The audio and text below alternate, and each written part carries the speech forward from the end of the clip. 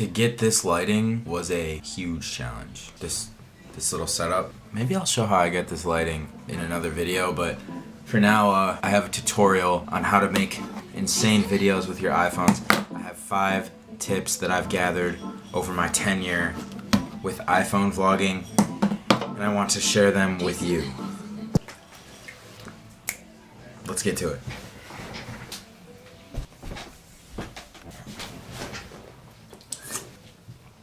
Tip number 1. Oh, sorry, I gotta text the girlfriend back, hold on. I really want to talk about these settings that are on the iPhone themselves that pertain to the camera, because if you can learn how to master these and toy with these to get the best footage possible, combined with all the other tips I'm going to give you, you're going to be able to utilize all these to create fire videos with just your phone, and you won't even need a new camera in the near future. So you're going to open up the camera app on your phone, and it by default comes onto the photo setting. If you swipe, you go to the video setting. Now, I want you to go from here into the actual settings app under the camera tab, and we're gonna take a look at those settings. You just go down, camera. There's a selection called record video and then record slow-mo. I want you to click record video.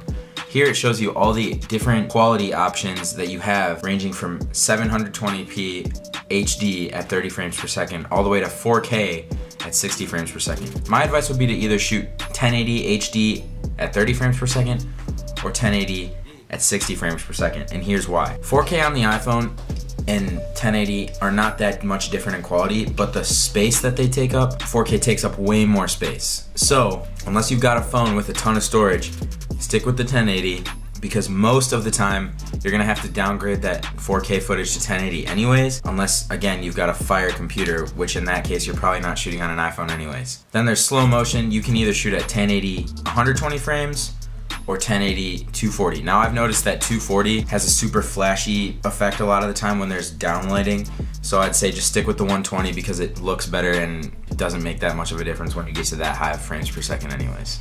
So that's tip number 1. Completely utilize those settings to your needs to get the best footage possible when you go back to edit. Tip number 2. Look into potential tools that you can use to enhance the capabilities of your iPhone as a camera overall. So, for example, I have 2 that I want to talk about right now. One, you guys have seen me use it before. It's called the gimbal, specifically the DJI Osmo Mobile 2. It comes with an app, all different types of settings you can do, and basically what it does is stabilize your footage so it's super smooth and it doesn't look like a person's holding it. It's really just a robotic thing that takes the error out of it all. There's also little lens kits that you can get which kind of can change the scope of the camera on your iPhone, because obviously it's not a DSLR. You can't take lenses off and put different ones on. You're just stuck with the one that they give you. But what they do have are these little cool like glass lens things that you can kind of attach on. Maybe they'll give you a fisheye view. Sometimes they give you a wide angle or like a macro. I have a kit with all those 3 lenses. You can buy them at Best Buy for like 30 bucks. They come in this little pouch. Basically what you do is you screw on the lens here like this, and then camera goes through there. Sometimes I'll bring those out just to, change it up. A different lens can really creatively change your outlook on the scenery or the landscape that you're shooting in. So definitely look into those just to spice up your footage just a little bit. Tip number 3. Shoot, where'd they go? I'm still putting these away from tip number 2.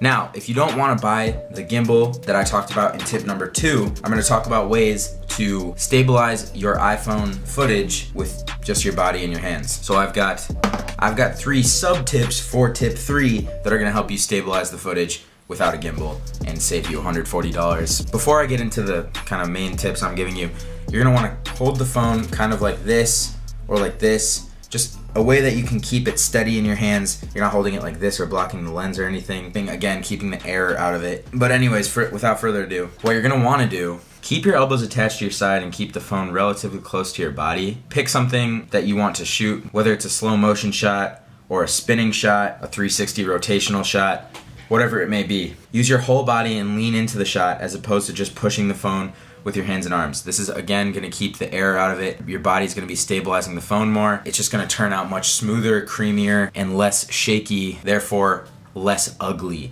If you're doing a rotational shot or a 360 shot, still use your body. Pretty self-explanatory. Keep your whole body involved instead of just pushing the phone with your hands and arms, because it just looks better. I've never done this with the camera on my phone to get a shot and have it look better than when I just lean into the shot. Okay, I need a break.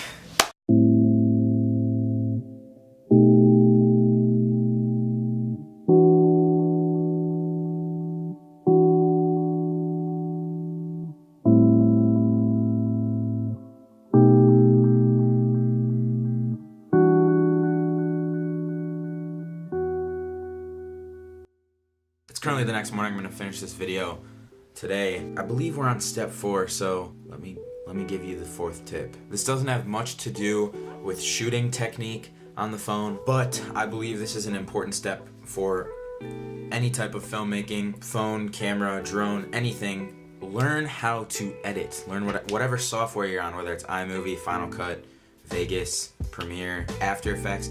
Learn how to use the software effectively and just learn the ins and outs of it. Learn the deep things that nobody knows. Give yourself an edge because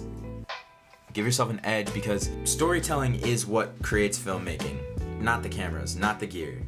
Obviously the gear and the quality of your gear enhances that. I think the most important task in the process of telling a story is the editing rather than the shooting. So with that being said, learn how to edit.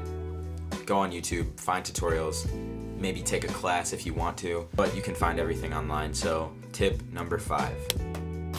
This one is the most important that I'm giving in terms of higher quality visuals. So this is easy. The iPhone has this camera, which is the front facing camera, and this camera, which is the selfie camera. Use the front facing camera. Use it when you're shooting cinematic sequences.